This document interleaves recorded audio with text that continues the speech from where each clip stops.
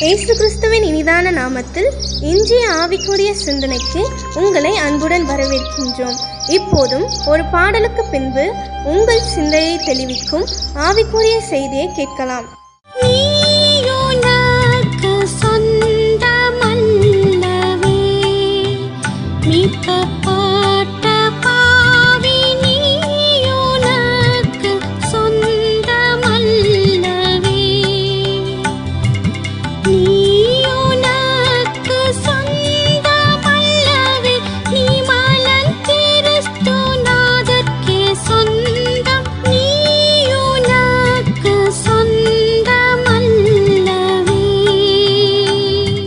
நம்மை விலைக்கிரயம் கொடுத்து வாங்கின இயேசுவின் இனிதான நாமத்தினால் உங்களை வாழ்த்துகிறேன். இந்த நாள் நம்முடைய ஆவிக்குரிய சிந்தனைக்காக 1 கொரிந்தியர் 7ஆம் அதிகாரம் 23ஆம் வசனத்தை நான் வாசிக்கிறேன்.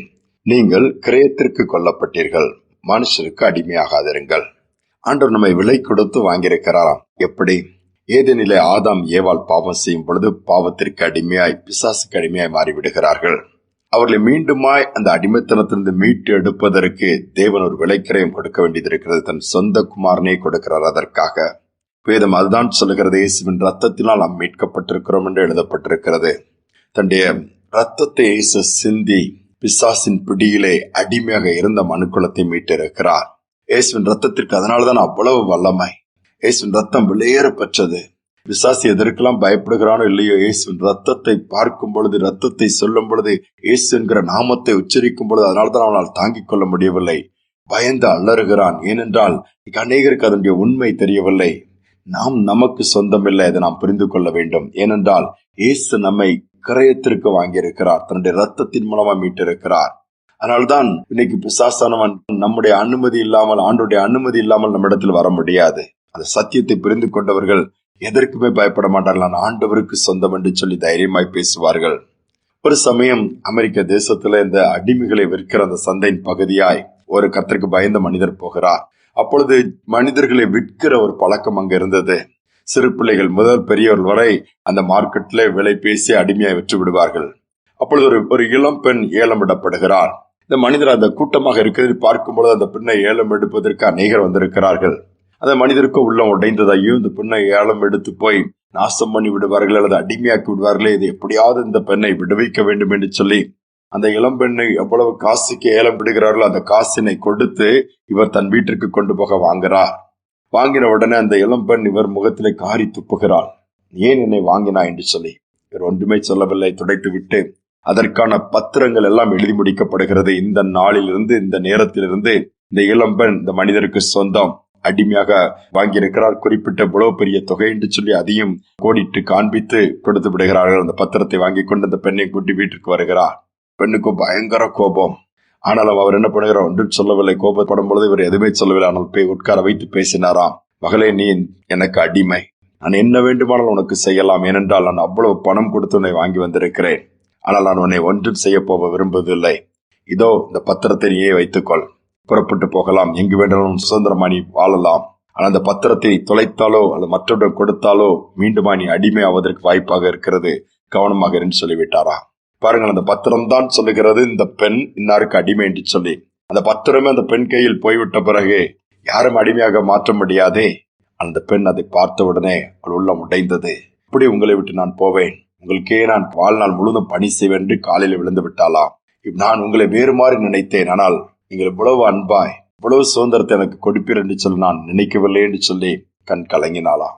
பாருங்கள், ஒரு மனிதன் ஒரு அடிமை பெண்ணுக்கு இவ்வளவு செய்யும் பொழுது நம்முடைய ஆண்டவர் தன்னுடைய ரத்தத்தையே சிந்திருக்கிறார். தனக்கு அடிமையாக வைத்து அடிமைத்தனமாய் அப்படி நடத்துகிறவர்கள சுயாதீனத்தை கொடுத்திருக்கிறார். என் மகன் விரும்புகிறதை கேட்கும் பொழுது கொடுக்கிறார், அழகாக நடத்துகிறார், போதுமானதை இன்னும் செய்து கொண்டிருக்கிறாரே. அந்த அன்புக்கு நாம் பாத்திரவான்களா இருக்கிறோமா? அந்த கிறிஸ்துவின் ரத்தத்தை உடையவர்களா இருக்கிறோமா?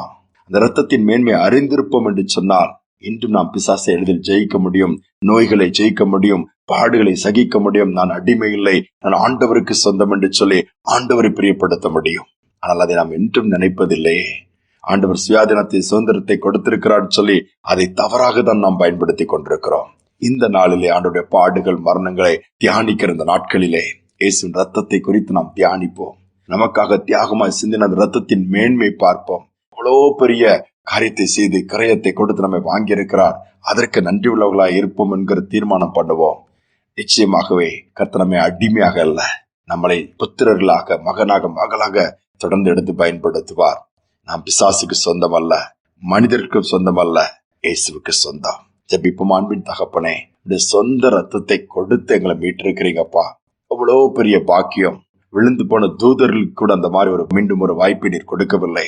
விழுந்து போன மனுக்குலத்திற்கு நீர் கொடுத்திருக்கிறீங்க. இந்த நாட்களிலும் கூட அடிமைத்தனத்தில் இருக்கிற பிள்ளைகளை நினைத்தருளுங்க. பாவத்திலும் சாபத்திலும் பிசாசின் பிடியில் ஒருவேளை இருக்கலாம், அவர்களுக்கான ரத்தத்தை சிந்திருக்கிறீர், அதை நினைவு கூறுங்க. ஒருவேளை வியாதியின் பிடியில் இருக்கலாம், உங்களுடைய ரத்தம் இப்பொழுது பூசப்படட்டும், ரத்தம் அங்கு தெளிக்கப்படட்டும், ரத்தத்தின் வல்லமை இறங்கட்டும், பிசாசின் கிரிகளை அழிக்கட்டும், வியாதின் கூரை முறிக்கட்டும், அற்புதங்கள் நடக்கட்டும். இந்த நாளிலிருந்து அப்பா, நாங்கள் உமக்கு சொந்தம் என்பதை உணர்ந்து இந்த நாமத்தை மகிமைப்படுத்த உதவி செய்யும். தாழ்த்தி ஒப்புக் கொடுக்கிறேன். துதிகணமை மேலாயிற்றுக் கொள்ளும் இயேசுவின் நாமத்தில் பிதாவே, ஆமேன், ஆமேன். நாம் நமக்கு சொந்தம் அல்ல, இயேசுவுக்கு சொந்தம். அவர் தான் நம்மை மீட்டிருக்கிறார். சிந்தனையோடு இந்த நாளை தொடருவோம். மீண்டும் நாளை தினம் சந்திப்போம். விடுதலை தருகின்ற ரத்தம் ஜெயம், வெற்றி மேல் வெற்றி தரும் ரத்தம் ஜெயம். விடுதலை தருகின்ற ரத்தம் ஜெயம், வெற்றி மேல் வெற்றி தரும் ரத்தம் ஜெயம். பலவீனம் நீக்கிடும் ரத்தம் ஜெயம், பலவீனம் நீக்கிடும் ரத்தம் ஜெயம்.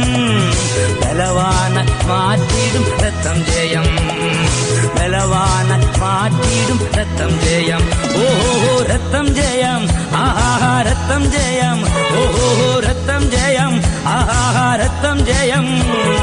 கல்வாரி இயேசுவின் ரத்தம் ஜெயம், காருண்ய தேவனின் ரத்தம் ஜெயம்.